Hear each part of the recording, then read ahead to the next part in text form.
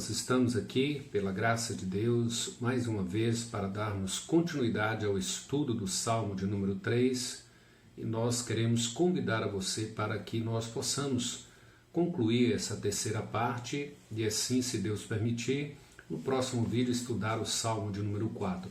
Então vejam bem, nós observamos nesses últimos dias como que nós, evangélicos, e quem sabe também os não evangélicos, de uma certa forma, na sua própria religiosidade, a intensidade que nós estamos clamando a Deus, a intensidade como nós estamos demonstrando dependência para com Deus. Vejam que Davi nos ensina nesse salmo, onde nós encontramos a verdadeira paz, onde nós encontramos a verdadeira estabilidade, a verdadeira segurança da vida. E esses últimos dias têm feito de nós pessoas que clamam, pessoas que revelam e expressam a nossa dependência de Deus. Nem todos, porque reconhecem a grandeza de Deus, não porque reconhecem a soberania de Deus, o poder de Deus. É mais pelo fato de estar tão desesperado, tão sem saída, vendo tudo escuro, tudo sombrio, e olhando para toda essa pandemia e percebendo que ele não consegue por si só sair dessa situação, ele não consegue se proteger, ele não consegue proteger os seus familiares, ele não consegue preservar o seu emprego, ele não consegue adquirir dinheiros para sustento da sua própria família. Então essa seja uma das razões, ou essas as razões pelas quais muitas pessoas nesses últimos dias têm clamado a Deus e têm demonstrado a Deus a dependência. E Davi nos ensina que nenhum ser humano pode encontrar a verdadeira paz se não clamar a esse Deus, se não depender desse Deus, não porque as situações estão adversas, não porque as situações são difíceis, mas porque Ele é Deus, porque Ele é onipotente, porque Ele é gracioso, porque Ele ouve o nosso clamor, Ele inclina os seus ouvidos à nossa oração. Observe o versículo 5 e versículo 6, dizem assim, olha: deito-me e pego no sono, acordo porque o Senhor me sustenta. Não tenho medo de milhares do povo que tomam posição contra mim de todos os lados. Observem essa expressão, ela é praticamente um paralelo com Filipenses 4, versículos 6 e 7, quando Paulo ali nos ensina que nós não devemos ficar ansiosos de coisa alguma, nós devemos nos prostrar diante de Deus e apresentar a Deus todas as nossas ansiedades por meio de súplicas, por meio de oração e por meio de ações de graças. Então nós percebemos aqui um paralelo ligado a isso, de que nós não devemos viver essa ansiedade. Então Davi se derrama em oração, em clamor a Deus aqui, essa expressão que ele usa, deito-me e pego no sono. Isso é uma demonstração de confiança, de dependência.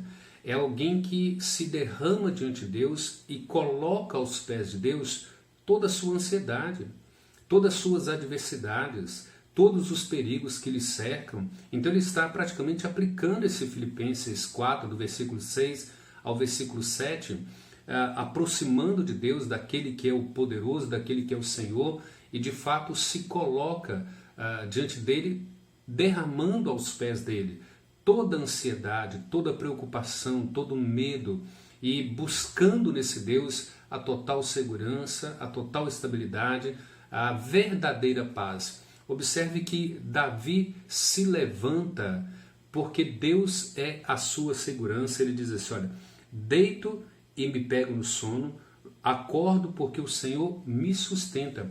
A razão pela qual Davi levanta é porque Deus o sustenta. A razão pela qual ele acorda no outro dia é porque Deus o sustenta. Como que nós temos esquecido disso em nossas vidas? A gente acha que uma pandemia, um vírus, um coronavírus, é isso que nos leva a preocupar se nós vamos nos levantar amanhã, se não vamos, mas na verdade a nossa vida num todo. A cada manhã nós só nos levantamos porque as misericórdias de Deus se renovam a cada manhã. Grande é a fidelidade dele para conosco.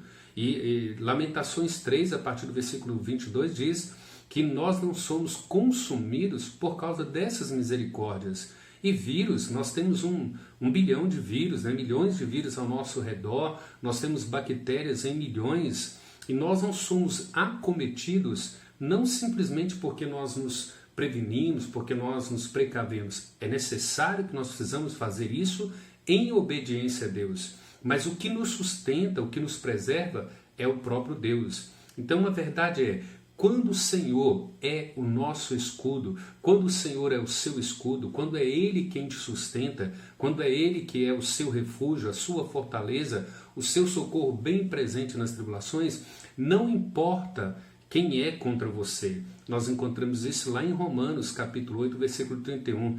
Que diremos, pois, à vista dessas coisas? Se Deus é por nós, quem será contra nós? Ai daquele que se levanta contra nós, ai daquele que se intenta contra nós, contra os filhos de Deus, contra aqueles que foram resgatados por Deus por meio do seu sangue ou por meio do sangue do seu Filho Jesus Cristo. Então se Deus é por você, quem será contra você?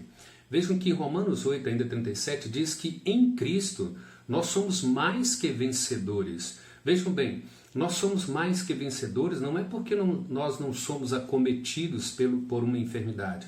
Nós não somos mais que vencedores porque nós não vamos sofrer, porque nós não vamos padecer de alguma coisa, porque nós não vamos perder um ente querido. Nós somos mais que vencedores em Cristo em qualquer circunstância. Quer vivamos ou morramos, nós morremos para Cristo e vivemos para Cristo. Não é? Se Deus nos libertar, nós somos mais que vencedores em Cristo. Se Ele nos levar por meio da enfermidade, por meio de qualquer outra circunstância, nós somos mais que vencedores, estaremos com Ele face a face no novo céus e na nova terra. A segunda verdade que eu quero considerar aqui, você prestou atenção, por exemplo, que privilégio nós temos, que bênção de Deus, que é poder orar a Deus, poder clamar a Deus. Ele diz no versículo de número 4, com a minha voz clamo ao Senhor, e Ele do seu santo monte me responde. Aí no versículo 7 ele vai dizer assim, olha, levanta-te, Senhor, salva-me, Deus meu, pois feres nos queixos a todos os meus inimigos, e aos ímpios quebra-os os dentes. Do Senhor é a salvação, e sobre o teu povo a tua bênção. Vejam que privilégio nós temos.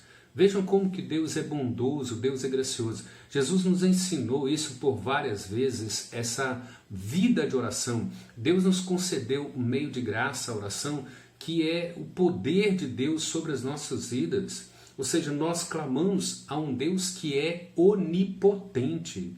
Um Deus que diz assim, olha, levanta-te, Senhor, e salva-me, Deus meu, porque o Senhor destrói os meus inimigos, o Senhor quebra os dentes dos ímpios. Do Senhor é a salvação, do Senhor é o nosso nos libertar, do Senhor é nos levar à morte, do Senhor é nos livrar do coronavírus, do Senhor é nos levar por meio do coronavírus a nossa salvação, a nossa libertação, a nossa prosperidade depende tão somente do Senhor. A exclamação final de Davi aqui, a ti pertence a salvação é do Senhor, revela-nos que Davi era completamente dependente de Deus e não dos seus próprios recursos. Observe que ele vai dizer assim, do Senhor é a salvação, eu estou em tuas mãos. A minha vida te pertence e eu só serei libertado, livre, poupado, preservado ou não, se o Senhor tem isso como propósito para a minha vida. A ti pertence a minha salvação, a ti pertence a minha vida. Davi reconhece aqui, irmãos, que qualquer vitória nossa, qualquer livramento na nossa vida, qualquer libertação na nossa vida, qualquer enfermidade, qualquer dor, qualquer perda, ele está dizendo, isso pertence ao Senhor. Ele está dizendo, olha, eu reconheço, Deus, que toda vitória vem de ti somente, de nada mais. Eu não serei liberto, eu não serei mais que vencedor fora do Senhor, fora do teu propósito, fora da tua vontade.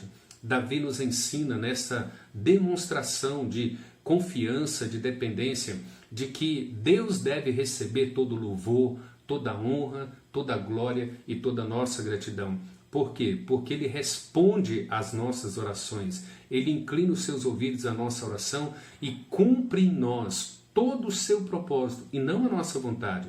E observe que Davi aqui não era egocêntrico. Davi clama por ele porque ele está querendo que o povo seja abençoado. Ele era o rei de Israel. E se Deus preservasse ele, se Deus livrasse ele como rei, o povo seria abençoado, o povo seria poupado, o povo seria guardado.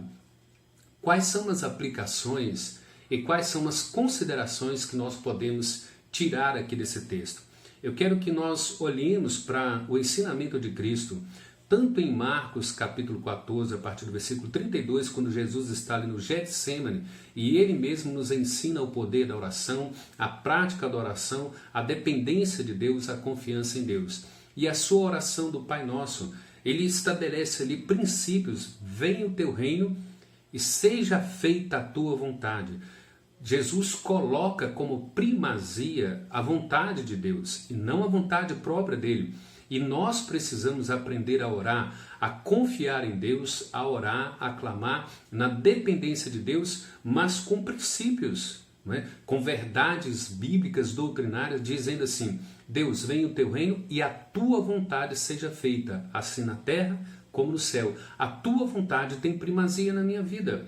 Vejam bem, nós precisamos aprender a orar entendendo os propósitos de Deus conforme estão nas Escrituras. Tudo aquilo que Deus nos revela nas Escrituras, nós temos que orar de conformidade com seus propósitos. Quais são os propósitos que Ele estabeleceu para o seu reino?